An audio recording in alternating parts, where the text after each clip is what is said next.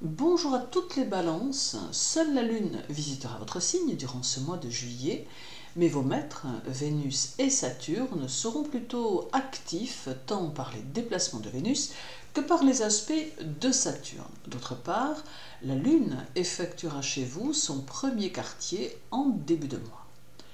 Vénus restera en Gémeaux jusqu'au 18, puis poursuivra son chemin en Cancer jusqu'à la fin du mois. Cela annonce un mois de juillet placé sous le signe de la mobilité et des échanges, mais aussi sous le signe d'une recherche personnelle pour parvenir à un équilibre de vie. Beaucoup de balances vont avoir tendance à se poser de multiples questions quant à leur évolution, tâchant de comprendre vers quoi elles doivent tendre pour parvenir à trouver la sérénité intérieure et pour mieux se réaliser. Ce sera donc un mois de réflexion et de décision à prendre pour trouver le juste équilibre tant dans vos activités que dans votre vie privée.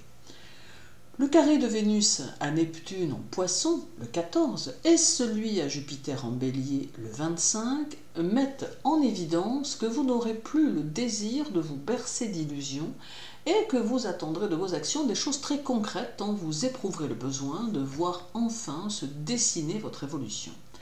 Mais pour cela, ces carrés vous mettront face à certaines situations qui auront pour objectif soit de vous faire comprendre des choses, soit de vous pousser à changer votre fusil d'épaule. Mais quoi qu'il en soit, Juillet demande que vous réfléchissiez à votre avenir d'une autre manière et que vous n'hésitiez pas à éliminer ce qui ne fonctionne pas.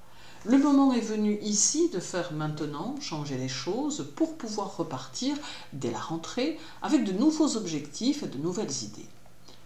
Le carré à Jupiter en Bélier vous invite à éviter les décisions impulsives, comme vous avez parfois tendance à le faire. Prenez le temps de peser le pour et le contre et croyez en vos possibilités, car trop souvent, vous avez tendance à vous démoraliser, ce qui fait obstacle à vos actions et à vos décisions. Le carré à Neptune en Poisson vous mettra face à vos illusions et il faut y voir ici un bon moyen de faire changer les choses en gardant bien les pieds sur terre. Saturne, votre second maître, sera en Verseau tout le mois de juillet et il sera également rétrograde durant toute cette période. Sa rétrogradation aura tendance, cette fois, à vous bousculer un peu, car il va apporter quelques difficultés à vivre en lien avec votre vie sociale ou amicale. En étant rétrograde, il met en évidence les lois du karma et la nécessité de tirer quelques leçons de vos expériences de vie. Toutefois, cela va impliquer que vous soyez honnête avec vous-même et avec vos actions et vos pensées. Saturne va vous aider à comprendre quelle est votre mission de vie et quelle direction vous devez prendre pour que vous puissiez vous réaliser. D'ailleurs, il sera le 2 en trigone à Mercure en Gémeaux, et le 31 en opposition à ce même Mercure qui sera alors en Lion. Ces aspects touchant par 2 fois Mercure vont mettre en évidence vos facultés intellectuelles ainsi que vos facultés actives, montrant bien que vous devez être dans l'action, dans le mouvement, mais que celui-ci doit s'inscrire dans la construction de quelque chose, dans la mise en place d'une nouvelle structure de vie. Il peut, pour certaines balances, être question de briser leur cadre et de changer leur façon de voir les choses, tandis que pour d'autres, ce pourra être de se laisser aller à faire enfin ce qu'elles souhaitent et de se donner les moyens de réussir là où elles ont le désir d'aller. Quoi qu'il en soit, Saturne et Mercure seront plutôt à tendance positive, pour peu que vous vous laissiez porter sans vous enfermer dans vos vieilles habitudes rassurantes, car Mercure amène la nécessité de tout changer, et il reçoit pour cela l'appui de Saturne, qui permet des actions et des situations concrètes qui se posent dans le temps. Néanmoins, rien ne sera forcément facile, et tout dépendra de votre façon de vous impliquer dans vos actions. Le 13, Vénus en Gémeaux sera en trigone à Saturne en Verseau, apportant des moments de réconfort et aiguisant votre besoin d'affection. Ce trigone valorise aussi votre indépendance et permet de prendre les choses avec plus de facilité et de manière moins angoissante. Il vous sera donc plus facile d'avoir de meilleures pensées et plus facile de régler vos affaires courantes, trouvant aisément les solutions pratiques dont vous aurez besoin. Vous ferez preuve de beaucoup de naturel dans votre façon d'être et aurez besoin de vivre des instants faits de simplicité, mais aussi de nature. Le 6, 7 et 8 juillet, la Lune sera chez vous et formera le 7 son premier quartier. On est ici à l'aube d'une nouvelle direction que vous pouvez prendre si vous le souhaitez, comme je viens de vous le dire précédemment. Le premier quartier correspond à des opportunités que vous pourrez saisir ou à des possibilités que vous pourrez vous découvrir et que vous pouvez utiliser pour servir vos objectifs.